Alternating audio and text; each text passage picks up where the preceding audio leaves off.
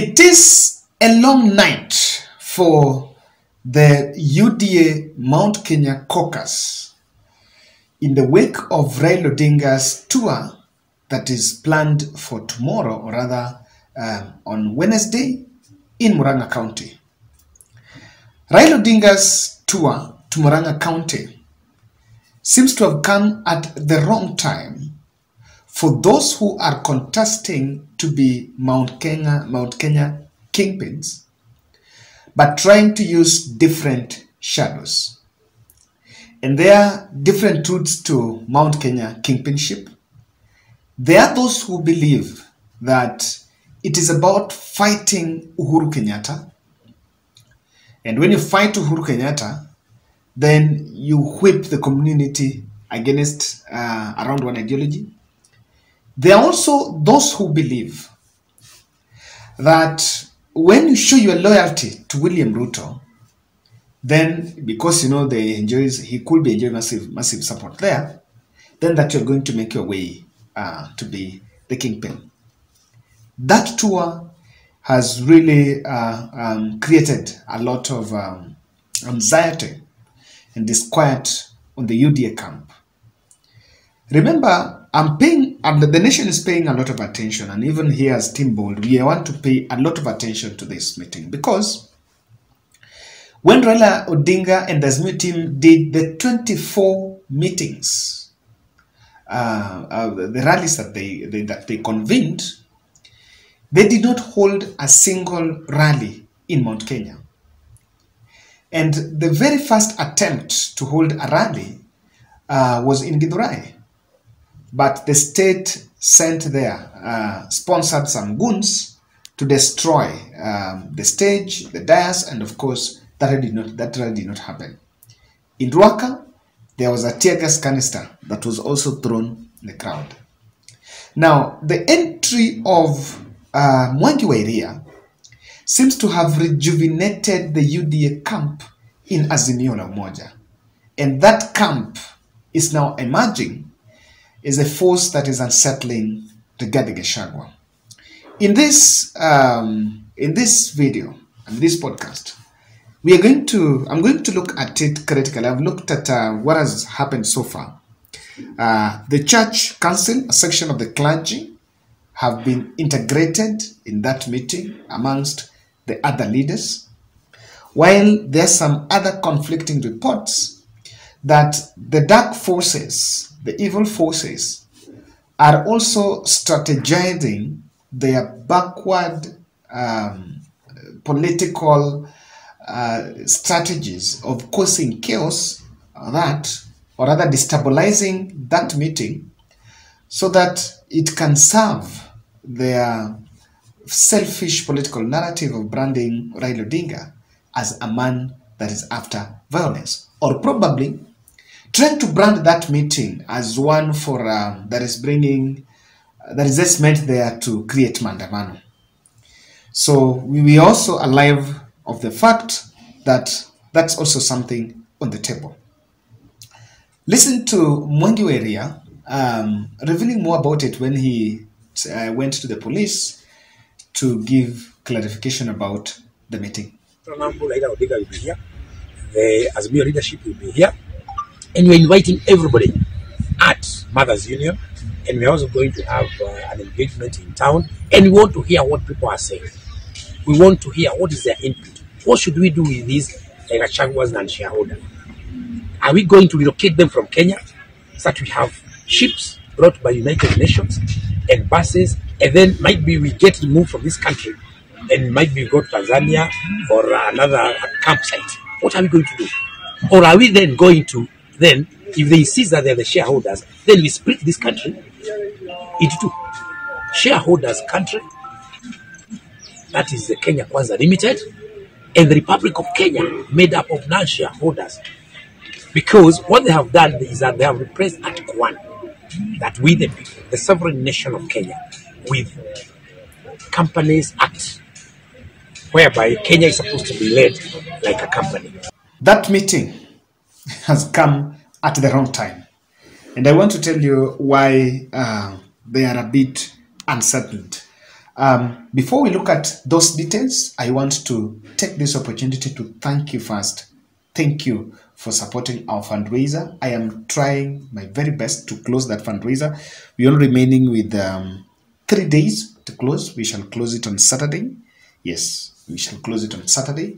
So 3 days to close the fundraiser, and I believe that by then it will be in a position for us to achieve the objective to release Mazi from hospital, the lady who suffered after delivery, tear and bleeding, and the bill accrued to over 80,000. Now, including this week, I think now it can get to around 90 or so. And then also help them get, help the husband get a motorbike so that he can also get to support his family. I'm saying thank you very much for those who are supporting. The number is up there. Let's try pushing, and I believe that we are going to achieve the objective by the end of this week. Make sure you watch this video to the end, because I'm going to share the interview about the situation towards the end of this video. Now, guys, you know, there are those politicians that are still stuck with the long script of spreading Raila phobia. I saw one senator, you know, stupidly telling us how someone should take the photo of Raila and put in a brand of alcohol because they want to tame alcohol. Tame people because people hate Raila so that people will not drink alcohol. And I was like, that's just stupid, by the way. So let's say that. It's just reckless. Now, I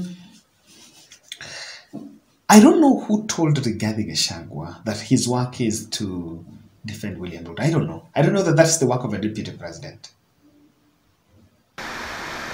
I have nothing against Raila Odinga and ODM and Azimio. Nothing. But I have a responsibility to make sure that William Ruto is not destabilized and is allowed to govern because he has the mandate of the people of Kenya. That is my work. To lead the rest of us, to make sure that the president is accorded time and opportunity to lead this country because he has the mandate of the people of Kenya and he is elected by God. This meeting, you know, that was together telling you his work. I don't know. I thought that's one of the things in the roles, amongst the roles of the deputy president. Someone should make us understand. Raila Odinga's Muran'ga tour is not a good news to those who believe they want to be the kingpins, especially the ones that want to use the UDA shadow to be at the top of things in Mount Kenya. And this is one of it. Let me just use the most important one. There is an emerging controversy over the new renewed fight against illicit brew in Mount Kenya. And that controversy is already creating sharp divisions in that area.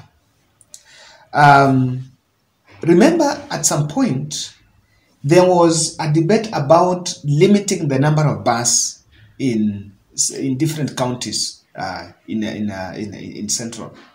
I honestly believe that, of course, the substance abuse is a menace that it's not exclusively a Mount Kenya thing. It's something across the world. I am so glad that I'm a product of Changa, but take so pride in that. I'm a product of, I was in the summation here, but then things have changed. Even at the community where now I come in my place, things changed, and it was a bit of, we were in a position then to roll them to maybe alternative businesses, and now they left it. So it's a process. It's not something that, and again, it's a business that thrives in, it's a business, that's it. And so, the illicit brew and bar ownership, limiting the number, there is a particular kind of people that believe that is going to kill our business, especially the bar owners. But now let me talk about the illicit brew. I listened to the press briefing, the conference that was held, and one of the things that the deputy president said, one of the things he said is that the chiefs are supposed to get a list of the brewers and then present that list to Inspector General of Police so that probably IG can unleash the police on those who you believe are doing illicit, are in that business. But then Pauline Njoroge also wrote an article, did a post saying that Uhuru Kenyatta clamped down some businesses that belonged to some people from Mount Kenya, who those products were actually perceived as illicit substances. But immediately William Ruto got power, the Human Resources Administration then kicked off. The licenses were given to those who are in that business. So the licenses were returned because there was a bit of that freedom. Now, any attempt to pull that, there is a lot of business interest in this substance consumption. I want to tell Rigathi Gachagua, this is the truth. Those who are sitting in press conference and discussing on how they're going to solve this problem are clearly the people behind it. Just the same way as what Natembea once told President Ruto, that those who are sitting around you when you are planning on how to fight bandits, they're the people that are supporting bandits. Alcohol and substance abuse has been commodified as a business entity. Now, at this critical time, when Raila goes in there, when Raila goes to Muran'ga, and that discussion is going on, there are those who are already showing signs of disdain. So, because of the business interests, if there is something that can split the mountain, it's the business interest in it. Even me, even though I strongly believe it should be, the substance abuse should be really fought. But again, it's not about policing. You must get alternative resolutions, alternative mechanisms, but not unleashing the police on people. It's going to cause hostility, and it's not gonna. Another thing, these people you cannot just stop. You have to, withdrawal is pole, and you must have a reboot structure. If it is those who are taking to rehab, the counties should have the rehab. They should have the capacity to have the rehab. And I don't know how they are going to have that even if they are not getting the money. So remember, that is one coming, but there is also the story of the milkman failure. Immediately Irengo Kangata came, there was a Muran'ga Creameries Cooperative. It was closed. It was helping. Now, Rigathi promised in January he was going to deal with the milkman. No signs. Nothing has happened. So it's coming at a time that it's very critical for them. Now, clearly, there are also very high possibilities that Mount Kenya governors can clearly use Raila Odinga's entry in Mount Kenya to show their dissatisfaction with William Ruto. Recently, there was a press briefing. The chair of the Governor's Council is Anne Waiguru. She was flanked by the Nyeri governor, Mutahi Kahiga, and also Kiambu governor, Wamatangi. And they're complaining about funding. So clearly, the governors are complaining. They cannot go to court because there is a bit of that politically right leaning.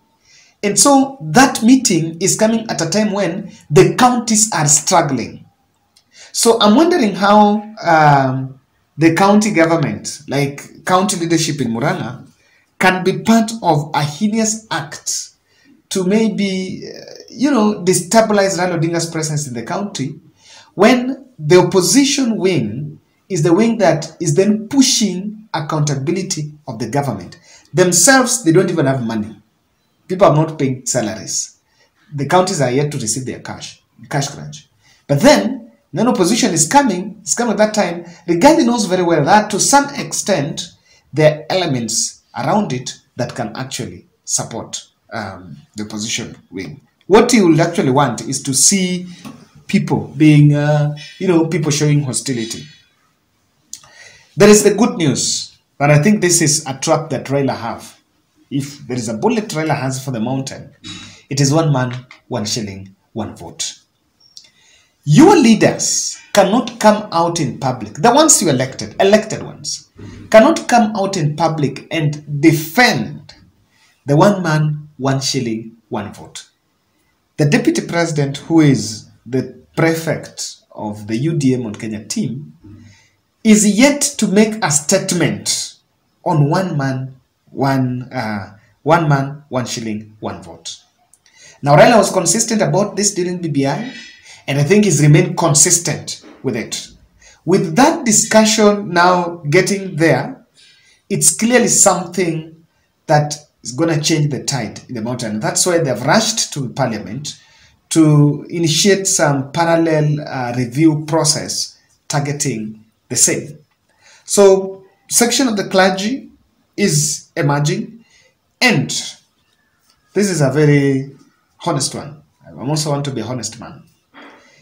If UDA team will try to destabilize Raila Odinga meeting there, or rather try to crash Mwengi Wairia, because of that, I saw an article, a post that some cases have been revived against him.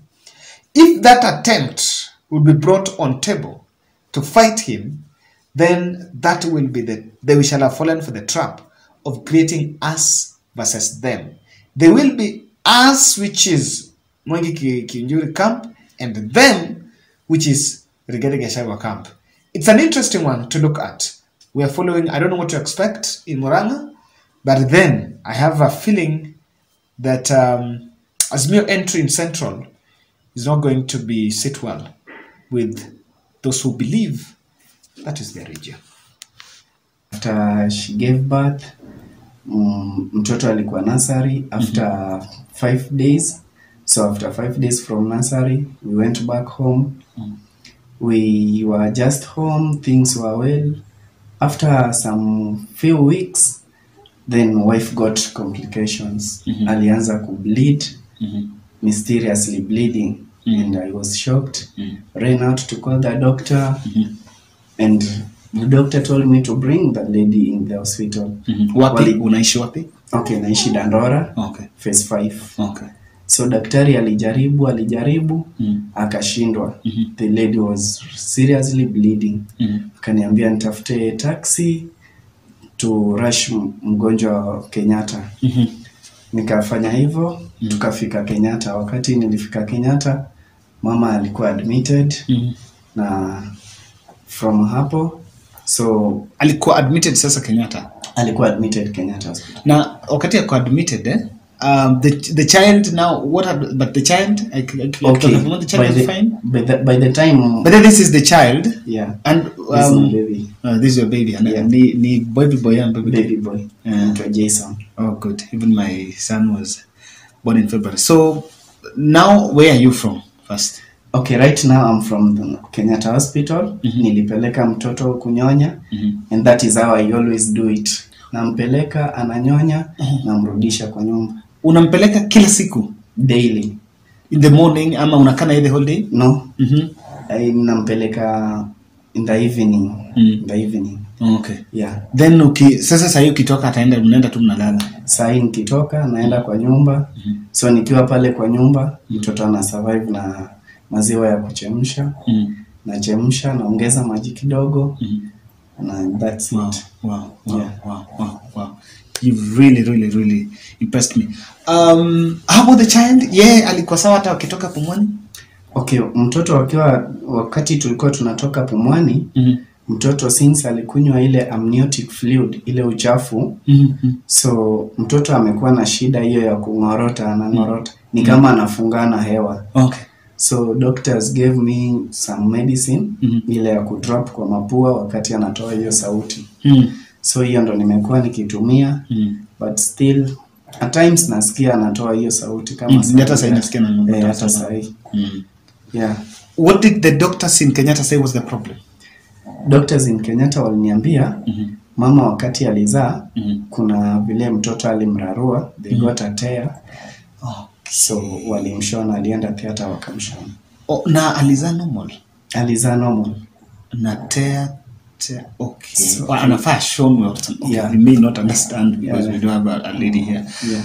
Okay, so that was what was bringing the complication about the bleeding. Yeah. Guys, I was told this, and I really got touched by his story, Stephen's story.